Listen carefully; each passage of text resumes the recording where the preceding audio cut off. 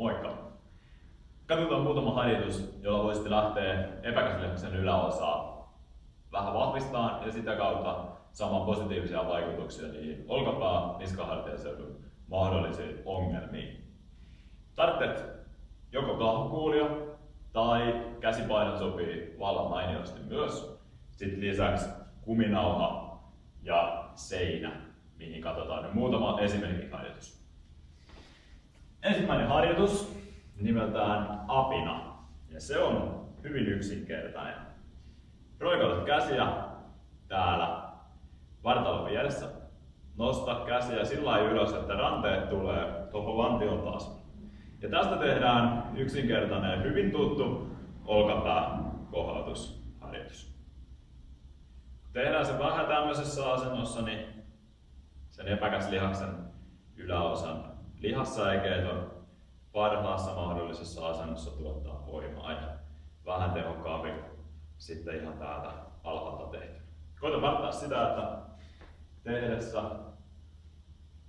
leuka ei lähtisi hyökkään tonne eteen vaan. Pidä se aktiivisesti koko ajan siellä paikalla. Mut se oli apina.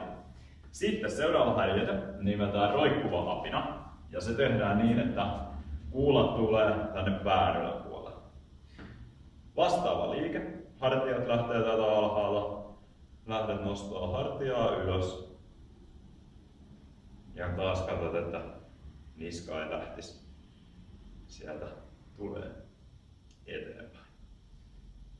Hyvä. Siinä 2 helppoa ensimmäistä harjoitusta. Toinen harjoite ja kolmas harjoite voit tehdä kuminauhan kanssa tai sitten taljassa.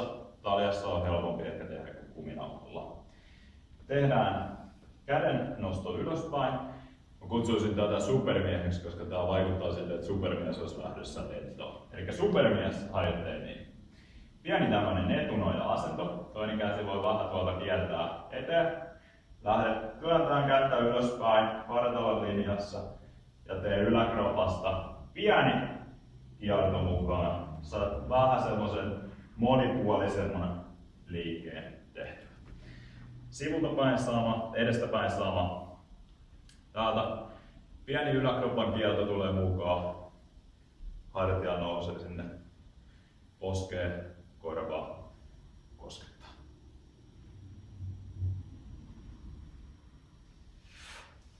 Noin.